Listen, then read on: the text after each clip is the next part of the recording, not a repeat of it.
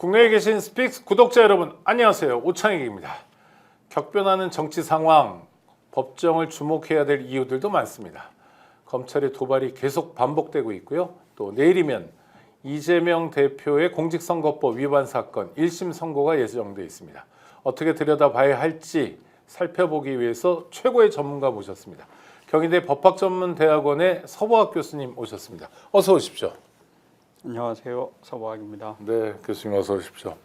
그 대학 교수님들이 다 바쁘시고 그런데 법학전문대학원 법전원 교수님들 특히 많이 바쁘시다고 일도 많으시고. 네, 그 법전원 학생들이 3년 동안 많은 공부를 해야 되고 매년 1월 초에 있는 변호사 시험 준비를 해야 되기 때문에 그 학생들도 공부할 게 많고 또 강의하고 지도하는 교수님들도 부담이 많은 게 사실입니다. 네, 그렇게 고생하시는데 교수님은 저 자주 뵀는데 참여연대 활동도 많이 하셨었고요. 지금 저희 인권연대 장발장은행 또 이 국회에서 정책 토론회나 이런 게 있으시면 하여튼 가능하면 참석하셔가지고 의견도 보태시고 또 제안도 해주시고 그런데 1인 3역 4역을 하시는데요. 어떻게 가능한지 또 비결이 뭔지 궁금하기도 합니다. 네, 법을 연구하고 가르치는 사람으로서 사실 고민이 많죠. 우리가 강의실에서는 그 법이 사회적 약자를 도와야 되고 사회 정의를 실현하는 도구여야 되고 또 권력자를 구속하는 것이 법치주의다 뭐 이렇게 가르치고 있는데 현실은 전혀 다르지 않습니까? 이게 권력자들이 법 위에 서서 법을 도구로 이용해서 약자들을 억압하고 또 사회 정의보다는 자신들의 이익을 추구하고 그러다가 보니까 이런 책 속의 법치주의와 사회 현실의 법치주의를 어떻게 이 괴리를 극복할 수 있을 것인가 이런 고민도 많이 하고요. 또 구체적으로는 우리 법전원에서 이제 많은 학생들이 법률가가 되어서 나가는데 이들이 사회에 나가서 일할 때 정말 국민들한테 봉사하는 다른 법치주의를 실현하는 그런 사람들로 길러낼 수 있을까? 또 이들에게 부끄럽지 않은 교수가 될 수 있을까? 뭐 이런 고민들을 많이 합니다. 그래서 단순히 그 책과 연구실에 머무르지 않고 우리 사회 현실을 조금이라도 개선할 수 있다면 말을 보태고 좀 행동에 나서는 것이 좀 도움이 되지 않을까 싶어가지고 그렇게 나서고 있습니다. 아이고, 그 말처럼 쉬운 일은 아닌데요. 대단하십니다. 방금 말씀 중에 법치주의라는 게 권력자를 구속한다 이런 표현을 쓰셨는데 구속이라면 국민이 구속당하는 거지. 보통은 그런 인상들이 많잖아요. 근데 원래 대학에서 가르치는 원래 법학의 본령은 권력자가 자기 마음대로 하지 못하도록 법률로서 지배한다 이런 차원이군요. 그렇죠. 네. 법치주의라는 것이 권력자들의 자의적인 권력 남용을 막기 위해서 법에 정해진 요건과 절차, 법이 허용한 권한만 행사를 하기 위해서 만든 것이 이제 법률이고 법치주의다 이렇게 얘기를 할 수 있습니다. 네, 그 법조인이 대통령이 된 건 헌정사상 두 번째죠. 노무현 변호사, 그 다음에 윤석열 검사. 법의 시대이기도 한데요. 하여튼 어떤 의미든 간에 일단 오늘 속보가 하나 들어왔습니다. 그 이재명 대표의 부인 김혜경 씨가 경기도 법인카드 유용 혐의로 1심에서 150만 원을 선고받았네요. 유죄 판단인데 이건 어떻게 보십니까? 김혜경 씨 법카 의혹을 뒤지기 위해서 한 130여 차례 그 압수수색도 있었고 이것만 가지고요? 예, 와. 또 100여 명 가까운 사람들도 조사를 했다 이런 제가 보도를 봤는데 사실 태산명동 서일필이죠. 네. 이게 이제 어떻게든지 그 야당 대표 부인을 공격을 해서 결국 야당 대표를 흠집내기 위한 그런 수사였고 저는 이것이 무죄가 나지 않을까 이렇게 기대를 했었는데 결국 법원도 이런 권력과 검찰의 그 기세 앞에 자유롭지 못하구나 많이 위축되어 있구나 이런 느낌을 좀 받았습니다. 여러 명의 정치인 부인들이 있는데 법인카드로 10만 4천 원어치를 제공한 게 이제 불법 행위다. 네. 일종의 매수 행위다. 그러면 인당 나누면 얼마 안 될 텐데요. 점심 식사라고 그랬으니까. 그렇죠? 안 되죠. 네. 그리고 이게 판사들이 결국 결론을 정해놓고 논리를 만들어내는데 능한 사람들이라서 이 법카 사용을 그 비서관이 했는데 부인은 몰랐다는 거 아닙니까? 네. 그런데 이제 사실상 암묵적으로 공모관계가 있었기 때문에 결국은 김혜경 여사가 선거를 앞두고 매수를 한 거다 이런 식으로 논리 전개를 했거든요. 그러니까 이게 전형적인 저는 그 짜맞추기식 논리를 전개한 것이다 이런 생각이 들고요. 김혜경 여사를 언급하면 우리가 바로 머리에 떠오르는 사람이 네, 김건희 씨죠. 네. 예, 윤석열 대통령 후보인 김건희 씨인데 김건희 여사는 뭐 도이치모터스 주가 조작 관련해 가지고 23억을 벌어들였고 공범들은 다 2심에 가서 유죄 판결을 받았고 많은 그 실제 공범 정도가 아니고 주범으로 그 주가 조작에 가담했을 것이다 이런 정황 증거가 많이 드러났음에도 불구하고 사실상 수사를 안 했죠. 4년 6개월간 질질 끌다가 지난번에 이제 소위 그 콜곰이라는 비아냥을 들은 그 출장 조사를 한 끝에 그 무혐의 처분 결정을 해서 면죄부를 갖다 바쳤거든요. 그러니까 이 김혜경 여사 사건하고 김건희 씨 이 사건 처리를 보면 우리나라 검찰이 얼마나 편파적으로 이 수사 기소권을 행사하고 있는지를 알 수가 있고 또 그거를 법원이 좀 바로 잡아줬으면 좋았는데 그 오늘 사건은 그렇지 못해서 유감이다 이런 생각을 합니다. 근데 이제 낙인찍기, 범죄자 낙인찍기는 성공했을지 모르지만 지금 교수님 말씀처럼 국민들이 볼 때 한 사람은 대놓고 23억 원을 이익을 받고 범죄 수익이잖아요. 그리고 그 23억 원 이익 받으면 그 때문에 다른 사람들은 피해를 봤을 거 아닙니까? 이 개미주주나 뭐 이런 사람들. 그리고 한 사람은 이제 10만 4천 원어치의 뭐 경기도 법인카드를 유용했다라는 건데 10만 원대 23억 이러면 국민적 판단으로는 해도 너무한다. 어떻게 털어도 10만 원까지 터냐. 이런 정말 화난다라는 반응이 많을 것 같은데도 검찰이 이렇게 하는 이유는 뭘까요? 그러니까 검찰은 그 권력을 행사함에 있어서 국민들 시선을 의식하지 않는 것 같아요. 그러니까 본인들이 공직자로서 국민에게 봉사하는 종복이다 이런 생각이 전혀 없고 법은 우리가 마음대로 해석해서 마음대로 적용해서 마음대로 집행하는 것이고 국민들은 우리가 하는 대로 따라오면 된다 이런 굉장히 오만한 생각에 사로잡혀 있는 집단이죠. 근데 이제 그거는 국민 수준을 너무 우습게 보는 것 같아요. 이 김희경 씨 여사 사건이나 김건희 씨 사건 처리를 하는 것을 보면 우리나라 국민들 수준이 정말 높은 수준에 올라가 있는데 뭐 흔히 하는 말로 그냥 개돼지 수준으로 이렇게 보고 있는 것 같고 결국은 그런 국민들에 의해서 저는 가혹한 심판을 받을 것이다 이렇게 생각을 합니다. 멀지 않은 시간 내에 심판을 받을 것이다 이렇게 생각합니다. 국민들 수준이란 얘기도 참 민망할 정도로 대한민국 국민들의 민도라고 흔히 그런 표현 쓰지 않습니까? 근데 뭐 국민들 하는 거 보면 뭘 해도 다 잘하고 그렇죠. 뭘 해도 다 세계적이고 이런 평가를 받는 거 아닙니까 지금? 그리고 국민들이 그것 때문에 전쟁 직후에 그 가난한 나라를 여기까지 이끌어온 거고 그런데 공무원들이 그런 오만한 생각을 하는군요. 뭐 검사들도 그렇고 예전에 교육부 공무원도 네네, 자기 입으로 네. 그러지 않았습니까? 네. 국민들 개돼지 수준이라고.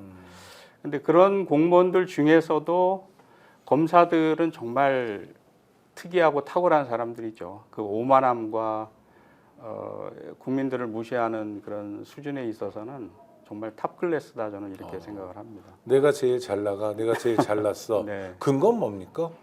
그렇게 자신하고 오만한 근거. 뭐 뿌리로 보면 이제 과거에 뭐 어려운 사법 시험을 자신들이 통과했다 이런 것도 있지만 지금 현재 검찰이 가진 권력이 너무 세거든요.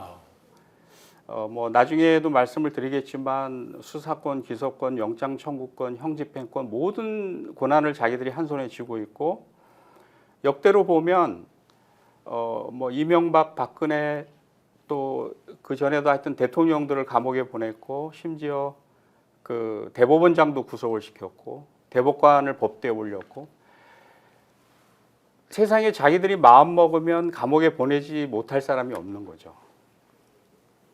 또 실제로 많은 사건에서 뭐 사건 조작에 가까운 이런 수사를 통해 가지고 억울한 사람들을 감옥에 많이 보냈고 이제 그러다 이제 그런 상황에서 본인들은 전혀 그 견제를 받지 않는 그런 위치에 있고 이러면 자연히 사람이 마음이 높아지고 교만해지지 않겠습니까? 누가 날 건드려 이런 것도 있고 그렇습니다. 우리가 네. 하면 다 통해 이런 것도 있고요. 그러니까 지난번에 그 이 전직 특수부 검사 변호사죠. 그 사람한테 그 향응받은 검사들 그 교묘하게 계산을 쪼개 가지고 99만 원 불기소 예. 세트, 네네. 누가 봐도 국민들이 봐도 이건 말이 안 되는 짓들을 검사들이 뻔히 하거든요.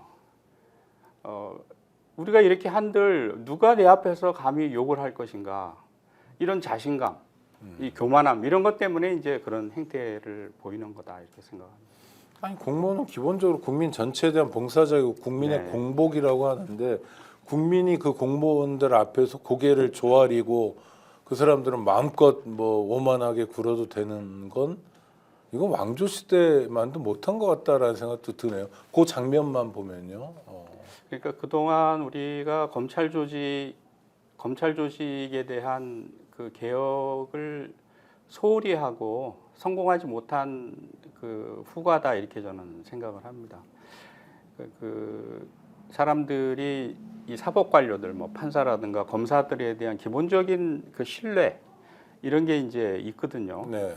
어려운 시험을 패스했고 많이 공부한 사람들이고 많은 권한을 행사하기 때문에 그런데 이제 그렇게 되면 국민들 앞에 겸손하고 또 국민들이 바라는 쪽으로 법을 집행하고 이렇게 해야 되는데 우리 이제 자기들 특권, 기득권을 유지하고 확대하는 쪽으로 또 내부에 많은 부패가 있으면 그것을 덮고 또 오히려 부패 이익에 뭐 같이 참여하는 쪽으로 이렇게 내부 분위기가 형성이 돼 가지고 지금 검찰의 모습을 국민들이 이제 잘 모르고 있다가 뭐 지난 한 10년, 15년 전부터 특히 이번 정부에 와서는 거의 그대로 민낯을 지금 보고 있는 상황이다.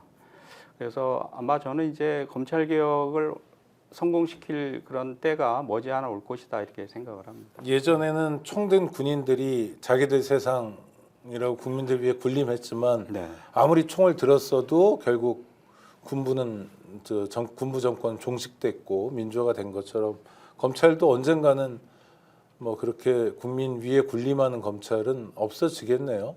네, 그렇죠. 그러니까 과거에는 사실 뭐 말씀하신 것처럼 군인들이 총칼로 또 정보기관이 정보로 불법적인 뭐 수사, 감금, 고문 이런 걸로 이제 국민들을 억압을 했었죠.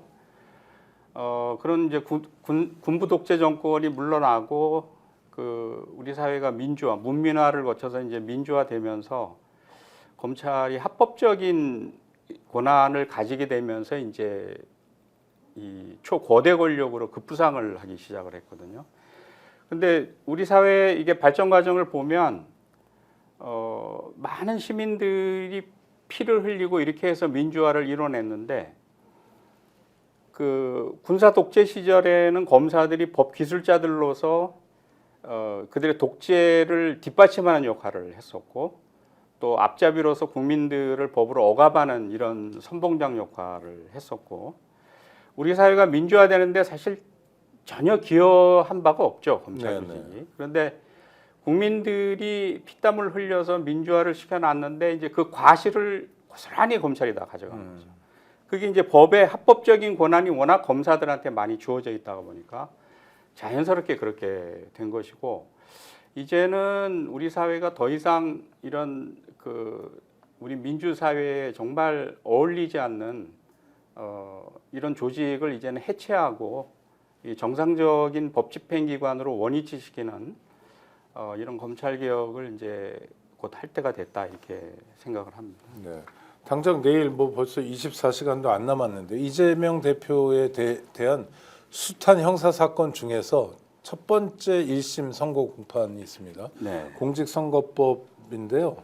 일단 이 재판이 가지는 의미, 물론 뭐 흔한 그래야 뭐 구형을 2년밖에 안 했다, 2년을 적게 했다는 게 아니라, 그러니까 아주 뭐 사람 목숨을 다투거나 무기를 다투거나 이런 사건은 아니지만 그래서 여러 가지 의미가 있고 지금 사실 한반도 전체가 아주 긴장감 있게 서초동을 지켜보는 것 같더라고요. 의미는 어떤 의미가 있을까요? 그러니까 윤 정부 들어와서 그 뭐 윤석열 대통령도 그렇고 검찰이 한 일이 오로지 이제 야당 대표 이재명 죽이기 여기에 그 몰두를 해서 지금 이재명 대표가 이제 크게 4가지 형사 사건으로 기소가 되어 있고 이 공직선거법 사건에 대한 이제 첫 1심 선고가 내일 나올 예정이죠. 근데 이건 이제 다른 법하고 다르게 공직선거법은 100만 원 이상 유죄가 나오게 되면 뭐 의원직도 상실하게 되고 피선거권도 상실하게 되고 심지어 뭐 당에서 그 선거 보존 비용도 국가에 물어내야 되고 개인이나 당에게 주는 타격이 굉장히 크죠. 그러니까 이제 그 내일 공직선거법에서 유죄가 나올 것인지 유죄가 나오면 이 데드라인이 100만 원 아닙니까? 벌금 100만 원 이상이 나오면 이제 심대한 타격을 입히게 되는 건데 100만 원 이상이 나올 건지 그 밑으로 나올 건지 무죄가 나올 것인지 이제 많은 관심을 지금 갖고 있는 것이고 이게 첫 번째 재판이기 때문에 이재명 대표 그 여러 지금 진행 중에 있는 사건에 대한 법원 내부의 분위기가 어떤지를 좀 가늠할 수 있는 이런 그 시금석 역할을 하는 재판이다 이렇게 생각도 들고 저는 사실 그 이 공직선거법 위반 사건뿐만이 아니고 다른 모든 사건들도 검찰이 무리한 수사를 통해서 사건을 조작하고 기소권을 남용해서 억지로 기소한 거다 이렇게 보고 있거든요. 그래서 이런 일련의 그 권력과 검찰권의 남용에 대해서 법원이 과연 그 올바른 판단으로 제동을 걸 수 있느냐, 이제 이것을 판단할 수 있는 첫 재판이기 때문에 관심을 갖고 지켜보고 있고 또 뭐 그동안 계속 제기되어 왔던 이재명 대표에 대한 사법 리스크가 이제 과연 현실화될 것인지 아니면 그냥 미풍에 그치고 넘어갈 것인지 뭐 이런 것도 가늠할 수 있는 첫 재판이기 때문에 아마 관심이 많이 집중되는 것 같습니다. 그러니까 교수님 말씀은 원리 원칙대로 하면 법률과 상식에 따라 재판하면 이재명 대표의 선거법 위반 사건은 무죄다라고 판단하시는 거죠? 그렇습니다. 예. 그런데 실제로 무죄가 나오는 건 또 별개의 문제다라고 보시는 거고요.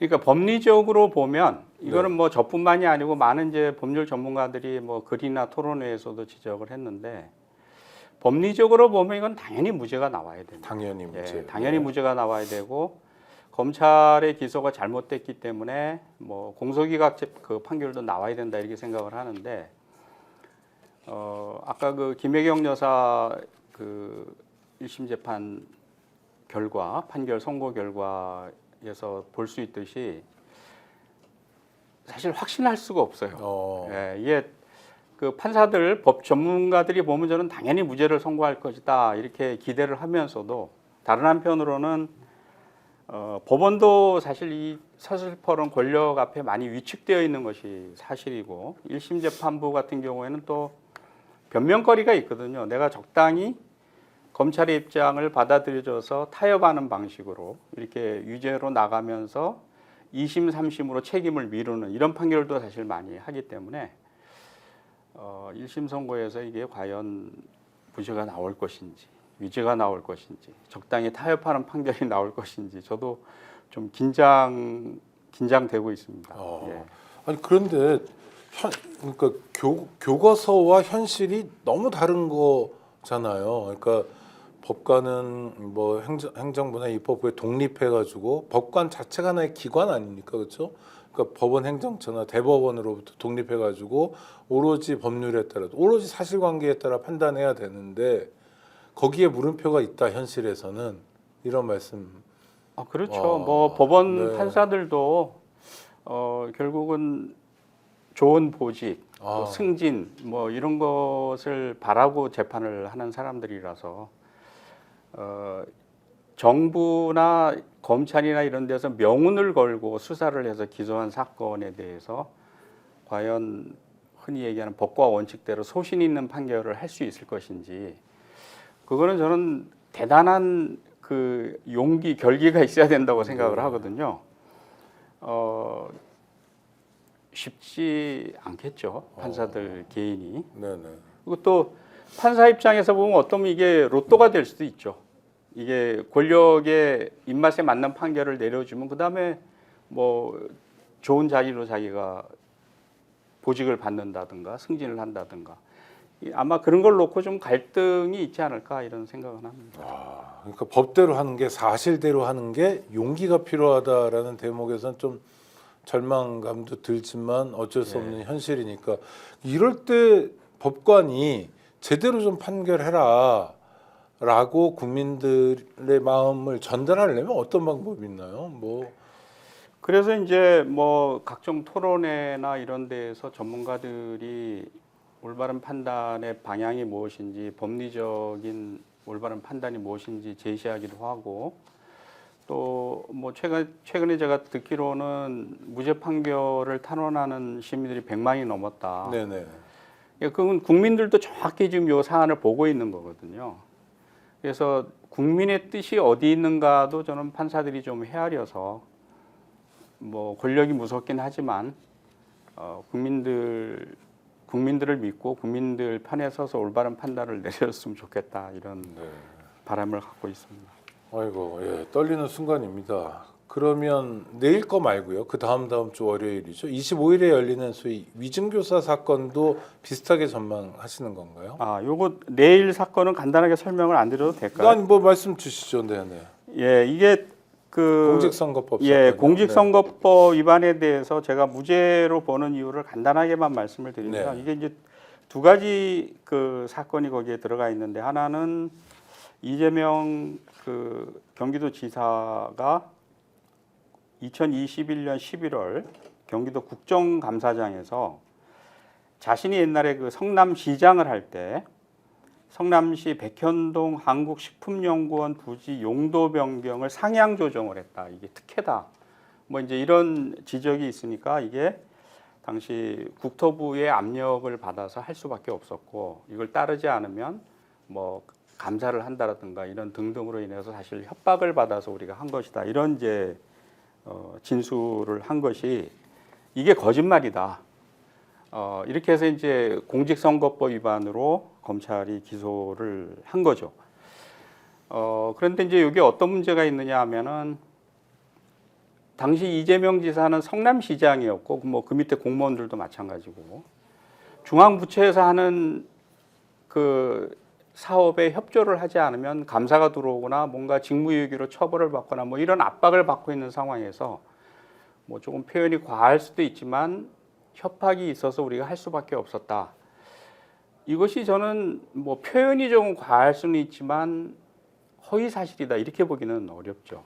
그래서 이제 그거는 뭐 판사가 판단할 나름이지만 진짜 중요한 문제는 어디 숨어 있느냐 하면은 이게 국정감사장에서 한 발언이기 때문에 경기도지사로서 그렇죠. 네.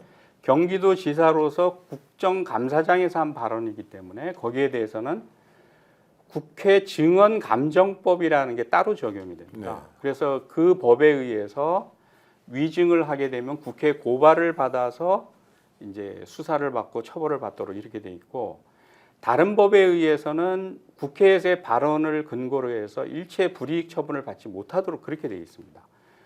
이것은 이제 그 국회 감사장에 나와 있는 증인들이 자유롭게 발언을 할 수 있도록 하고 발언으로 인해서 이제 다른 형사 처벌이라든가 이런 것을 받지 않도록 함으로써 증인을 보호하기 위해서 둔 규정이거든요. 그러니까 이게 국회 증언 및 감정법에 의하면 사실 아무 문제가 없는데 이거를 검찰이 갑자기 뛰어들어 가지고 공직선거법상의 허위 사실이다 이렇게 기소를 했다. 그러면 이제 네. 법률에는 국회에서의 증인 감정 뭐 이런 네. 법률이잖아요. 거기서 안 된다고 하면 안 되는 기소를 거, 하면 안 되죠. 그러니까 그거는 완전히 법에 이제 조문으로 있을 거 아닙니까, 그렇죠? 그렇죠. 법에 조문으로 나와 있죠. 예. 불이익한 처분을 받지 아니한다. 예, 방금 예, 말씀하신. 예. 그러면 검사들은 알 거 아니에요, 그걸. 알지만 일부러 기소를 한 거죠. 그냥 공직선거법 위반으로 일부러 기소를 한 겁니다. 네, 알고도요. 알고도. 나쁘네요.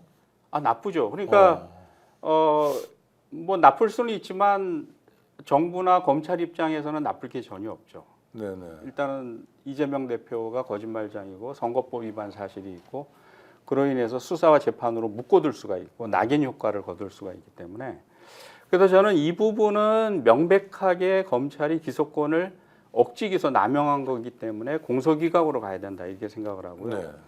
또 하나 이제 문제가 된 게 김문기 씨요. 김문기 네. 씨 성남시장을 할 때 김문기 씨를 몰랐다. 요 발언을 이제 문제를 삼은 건데 이것도 뭐 우리가 일반적으로 해석을 하면 시장이고 하위직 공무원이었기 때문에 개인적인 친분은 없었다.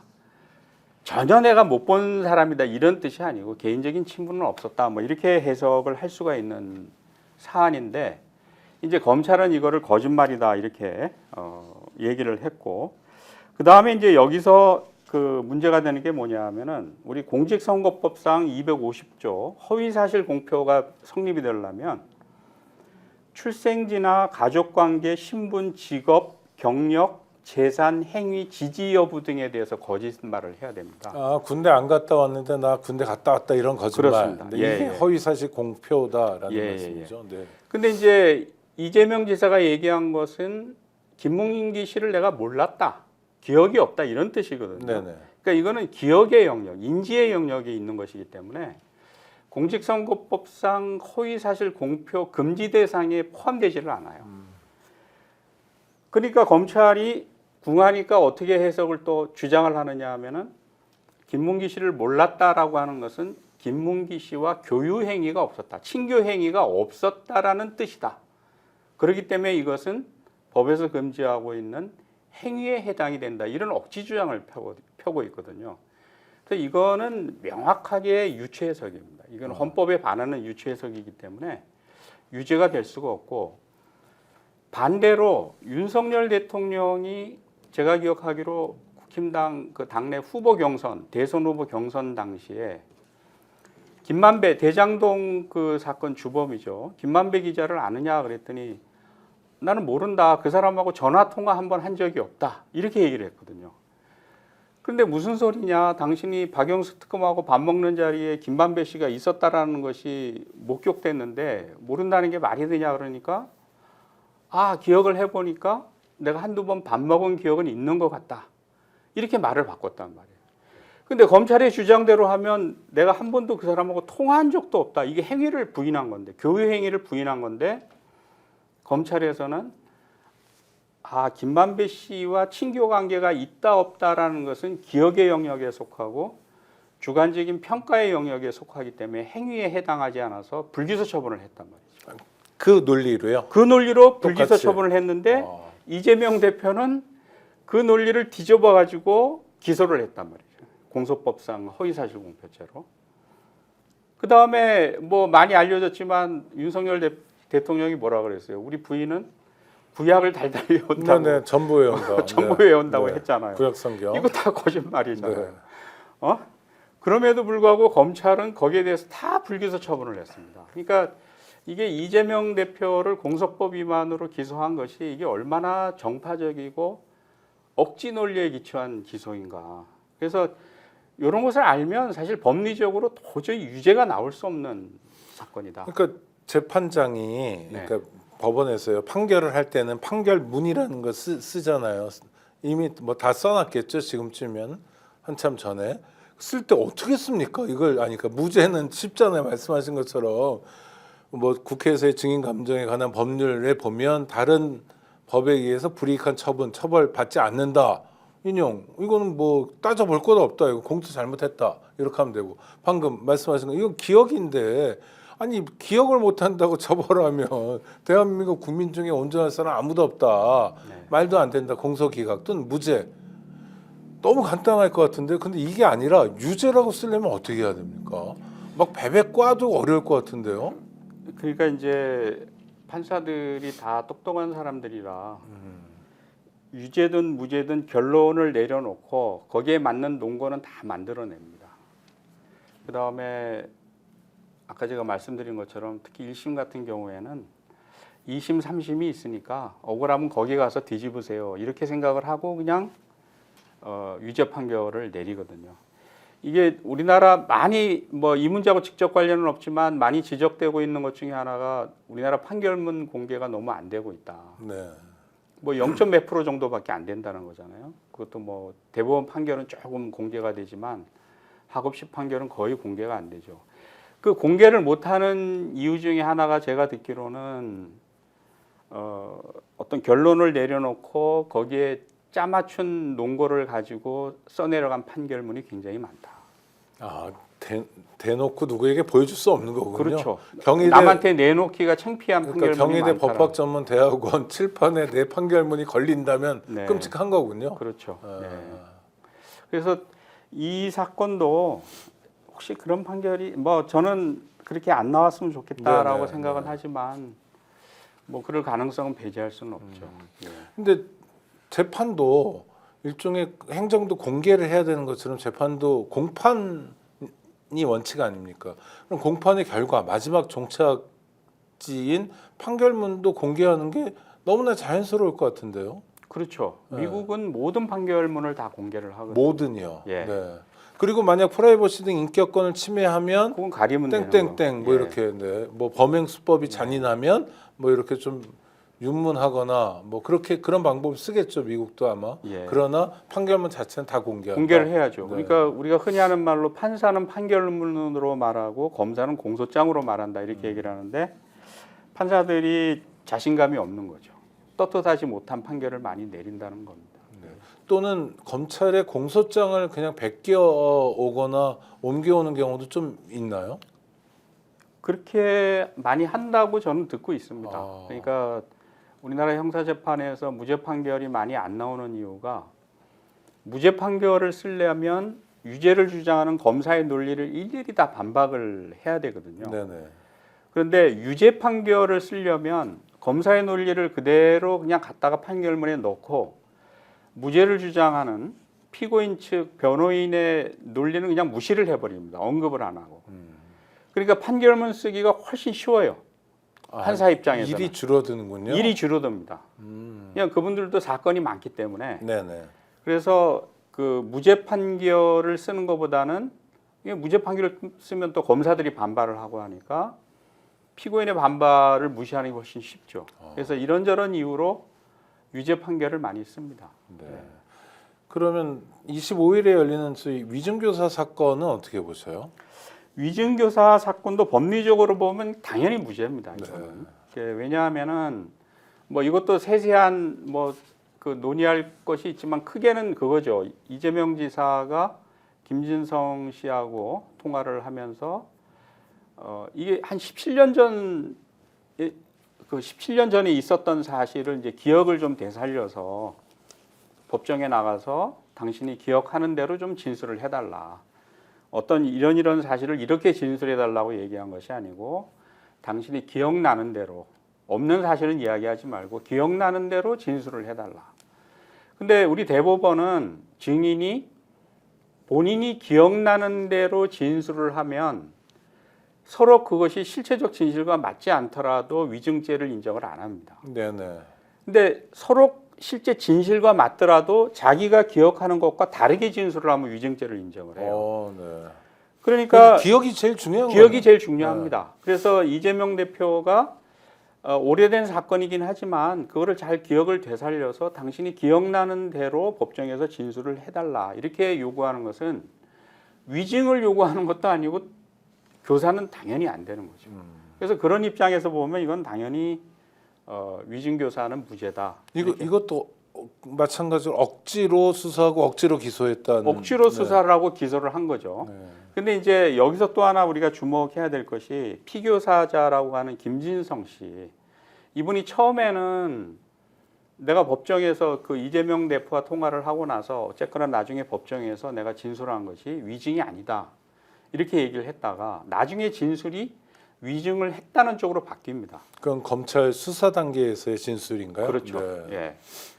그게 이제 왜 바뀌었냐? 그러니까 검찰에서는 아니 본인이 위증을 했다고 하니까 통화한 이재명 대표는 위증을 교사한 것 아니냐 이런 이제 논리를 펴는데 사실 김진성 씨의 처지가 굉장히 궁박한 상태에 놓여 있거든요. 이게 보면 본인이 사기, 알선수재 등 3건의 범죄 혐의로 검찰이 수사를 받거나 기소가 되어 있습니다. 그런데 보면 이제 하나의 사건은 경찰이 조사를 해서 기소 의견으로 검찰로 넘겼는데 검찰이 무혐의 처분, 종결 처분을 해버렸고요. 알선수재 관련해서는 다른 공범들이 있는데 다른 공범들은 2심 재판까지 다 끝났는데 본인은 아직 기소도 안 되고 있어요. 거긴 유죄 받았나요, 공범들은요? 유죄를 받았겠죠. 제가 정확하게 네네네. 기억은 못하겠는데 어떤 유죄를 받았는지 모르겠는데 기소도 안 돼 있고 어. 그 다음에 위증죄 요구하고 관련해서 본인이 위증했다고 지금 시인까지 했잖아요. 변론까지 다 끝났는데 아직 검찰이 구형을 안 하고 있어요. 김진정 씨에 대해서. 네네. 그러니까 이 얘기는 뭐냐 하면은 김진성 씨 네가 앞으로 진술을 어떻게 하고 검찰이 유리한 진술을 어떻게 유지하는지를 보고 앞으로 우리가 기소라든가 그 구형이라든가 이런 걸 결정을 하겠다. 그럼 심지가 아주 굳은 사람이 아니면 검찰이 그냥 대체로 원하는 방향대로 따라가 주기 마련이겠네요. 그렇죠. 그러니까 뭐 그래서 이제 민주당 쪽에서는 이 정치 검찰의 거미줄에 걸린 나비 신세다. 김진성 씨가 저는 정확한 표현이라고 봅니다. 그러니까 본인이 살기 위해서 어떻게 보면 검찰 쪽에 유리한 진술을 할 수밖에 없는 지금 상황에 놓여 있는 거죠. 우리가 최근에도 보면 그 이화영 그 전 경기도 평화부지사 이분도 이제 대북 송금 쌍방울 대북 송금 때문에 1심에서 유죄를 받고 뭐 2심 재판이 진행 중인데 수원지검에서 뭐 이화영이나 그 쌍방울 김성태 뭐 등등 공범자들을 다 불러 모아 가지고 이재명 씨한테 죄를 뒤집어 씌우고 너네들은 빠져나가고 이런 모의하에 서로 진술을 맞추는 조작하는 이런 진술 세미나를 열었다. 그 다음에 검찰에서 뭐 연어회도 사다 주고 술도 사다 주고 이런 파티를 열었다. 이런 그 사건을 폭로하지 않았습니까? 그러니까 이게 가만히 보면 검찰이 어떻게든지 유죄를 만들어내기 위해서 사건을 조작하는 거죠. 관련자들의 진술을 허위 진술을 조작을 하는 겁니다. 교사를 하는 거죠. 이게 이제 형법적으로는 모해 위증 교사인데 네, 말은 좀 어렵습니다. 예, 모해 위증 교사. 네. 피고인을 형사처벌 받게 하기 위해서 다른 사람의 거짓 진술을 교사하는 거죠. 검사가 그렇게 시키는 겁니다. 이건 정말 중죄죠. 그런데 이런 의혹들이 사실 많거든요. 그러니까 사법 절차도 방해하는 거고 네. 피고인의 인권을 침해하는 거고 사건을 조작하는 거니까 뭐 죄질이 되게 무거운 거네요. 무겁죠. 네. 그러니까 이제 그렇게 그게 가능한 것이 우리나라는 수사권과 기소권을 검찰이 다 가지고 있잖아요. 네. 그러니까 원래는 수사기관이 수사한 것을 다른 독립된 기관인 기소기관에서 받아가지고 수사 과정에 문제가 없었는지 수사 결과가 적절한 것인지 뭐 이런 거를 다 공정하게 검토를 해서 기소 여부를 결정을 해야 되는데 검찰은 왼손이 수사하고 오른손이 기소를 한단 말이에요. 그러니까 수사 단계에서 아무리 불법 행위가 저질러져도 기소 단계에서 이게 전혀 문제가 안 되고 문제 제기가 있어도 다 덮어집니다. 바로 기소로 이어지는 거죠. 그러니까 기소 단계에 가서 검찰한테 약점이 잡혀 있는 궁박한 처지에 있는 사람들이 본인들이 살기 위해서 검사들한테 유리한 진술을 하고 피고인한테 불리한 거짓 진술을 하고 이제 이런 일이 벌어지는 거죠. 그래서 저는 이 이재명 대표 위증교사 사건에서도 김진성 씨가 바로 그런 처지에 놓여서 이용을 지금 당한 것이 아닌가 그런 이제 강한 의심을 갖고 있는 거죠. 네. 이것도 법률과 원칙, 상식에 따르면 무죄이나 결과를 봐야 한다. 안타깝지만 그런 판단하시는 거군요. 예, 당연히 그 무죄가 나와야 됩니다. 그리고 검찰의 그런 위법한 수사 관행에 대해서 무죄를 선고해서 법원이 경종을 울려야 되고요. 그 다음에 또 하나 중요한 지점이 하나가 네. 더 있어요. 네네. 이 검찰청법이 개정이 돼가지고 이 위증교사 이 부분은 원래 법률에 의하면 검찰의 수사 범위에서 제외가 돼 있습니다. 아, 네. 근데 이제 많이 아시는 것처럼 그 한동훈 장관이 법무부 장관이 돼가지고 대통령령으로 법에서 제외한 여러 범죄들을 검찰이 수사할 수 있도록 확대를 시켜놨단 말이에요. 이 위증교사가 거기에 해당이 됩니다. 근데 법에서 제외한 것을 하위 법령을 근거로 수사를 하면 이거 전부 다 위법이고 무효입니다. 그래서 저는 이 부분은 무죄가 나올 수도 있지만 저는 법원에서 그 점을 명확하게 지적을 해가지고 공소기각을 해야 된다 이런 입장도 갖고 있어요. 네. 원칙대로 하면 내일 사건이든 25일 사건이건 다 공소 기각으로 가야 한다. 예. 결과는 조금 그러니까 지켜보자. 검찰의 네. 공소 제기 자체가 법률에 위반해서 무효다 네. 그런 주장입니다. 그건 정말 일종의 경종이겠네요. 만약 경종을 법원이 울려야죠. 그렇게 하면. 예, 예. 네. 좋습니다. 이거 시간이 훌쩍 가가지고 얼마 안 5분밖에 안 남았는데요. 이제 하여튼 이런 일들을 반복하면 안 되잖아요. 어제 저희가 황운하 의원 모시고도 인터뷰를 했는데 이분도 완전히 포획된 뭐 사냥감 같은 느낌이 들더라고요. 계속 반복적으로 검찰에서 괴롭히고 보복하고 그냥 뭐 마치 죽어라 하는 식으로 죽여버리겠다 이런 속셈을 고스란히 드러내고 있던데, 그럼 검찰이 마음만 먹으면 어떤 사람이든 잡아다가 옛날 말로 하면 족치고 사건 조작하고 나쁜 범죄자로 만들고 나중에 한참 뒤에 무죄 선고를 받더라도 그동안 너무 그 상처가 클 거 아닙니까? 견디기 어려운 고통을 계속 받을 거고, 그래서 결론은 검찰 개혁밖에 없다 이런 말씀들을 많이 하시는데, 교수님은 하여튼 단연간 뭐 연구를 해오셨고요, 또 실천적 활동을 하셨는데 교수님 보시기에 이렇게 하면 이건 검찰 개혁 맞다라고 인정해 주실 수 있는 건 어떤 걸 하면 됩니까? 그러니까 우리 지금 검찰 제도의 가장 큰 문제는 기소하는 검사가 수사권을 같이 갖고 있는 게 문제거든요. 네. 그 안에서 조작이 일어나면 외부에서는 전혀 알 수가 없습니다. 우리가 이재명 대표 사건이 많이 조작되었다라고 얘기는 하고 저는 뭐 그런 강한 심정을 갖고 있는데, 사실 외부에서는 이재명 대표 사건이 뭔가 범죄 실체가 있어서 수사하고 기소한 것인지 사건을 만들어서 기소한 것인지를 알 방법이 없어요. 그렇죠. 정보가 없으니까. 네. 네. 외부에서는 전혀 알 수가 없기 때문에 이게 가장 큰 맹점이거든요. 그러니까 이제 그런 상황에서 검찰은 사건을 조작할 수 있는 힘과 권능이 있고 경험도 많아요. 경험치도 많습니다. 그렇기 때문에 이런 검찰의 횡포를 막으려면 수사권과 기소권을 분리를 해야 됩니다. 네. 그래서 검찰에게서 수사권을 떼내서 기소 업무만 담당하도록 하고 수사권은 경찰이나 별도의 수사기관을 설립을 해서 거기에서 수사를 하도록 해야 되고요. 그 다음에 이제 한 걸음 더 나간다면 저는 검찰청을 차제 완전히 폐지를 해야 된다고 봅니다. 지난 76년간 정보 수립 이후 76년간 우리나라 검찰이 워낙 많은 나쁜 짓을 했고 내부에 워낙 악랄한 그런 관행이 형성이 돼 있기 때문에 이거를 끊어내려면 저는 검찰청을 폐지를 하는 게 맞다고 봅니다. 그래서 기소 업무만을 전담하는 기소청을 따로 만들고 그 다음에 수사는 수사기관이 하고 검찰은 기소권을 가지고 이제 법률 전문가다운 일을 할 수 있도록 이렇게 역할 분담을 명확하게 해야 된다 이런 말씀을 드립니다. 네. 그럼 순서대로 하면 일단 검찰청을 폐지하는 예. 거, 그 다음에 검찰청 소속 공무원들이 있을까요? 네. 검사와 뭐 또 검찰 수사관에 예. 이런 사람들이 있으면 일부는 기소청으로 보내고 네. 일부는 수사기관으로 보내고. 네. 근데 경찰에게만 수사를 맡겨놓는 게 좀 불안한 거 아니냐 이런 의견도 있는데, 그렇죠. 이건 불안하죠. 어떻게 또 해결하는? 그래서 이제 나오는 것이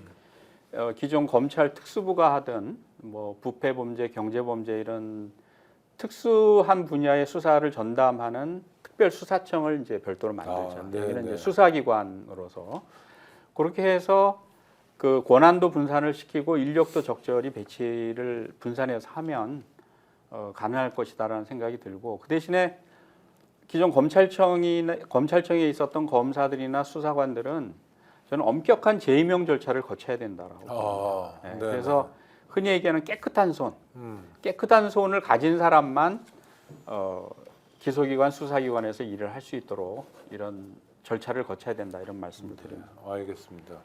지금까지 말씀해 주신 대로라면 서 교수님도 검찰 개혁이라고 인정할 수 있다. 네. 네. 검찰은 폐지하고 특별수사청 같은 수사청과 별도의 수사기관과 기소청으로 분리하고, 네. 그 다음에 여기 지금까지 검찰에 있던 사람들이 고스란히 기소청으로 가는 게 아니라 이 사람들이 정말 여태까지 어떻게 지냈는지를 살펴보면서 재임명 절차를 거쳐야 된다. 그렇습니다. 그럼 이렇게 이재명 대표 이런 사건 조작하고 황문화 의원 괴롭히고 이런 사람들은 다시는 공직을 하지 못하도록 맞습니다. 해야 된다. 공직에 있으면 안 되죠. 네. 예. 이게 원칙입니다. 이재명 대표의 재판을 통해서 이런 원칙에 우리가 한 걸음 더 나아갔으면 좋겠고요. 내일 오후 2시 국민과 함께 또 초조한 마음이지만 지켜보도록 하겠습니다. 그래도 국민의 인권을 지켜주고 사법 정의, 법치주의를 수호해줄 기관은 지금으로선 법원밖에 없습니다. 법관들이 독립적으로 힘내주기를 응원하고요. 오늘 함께해 주신 서부학 교수님 감사합니다. 구독자 네. 여러분 감사합니다. 감사합니다.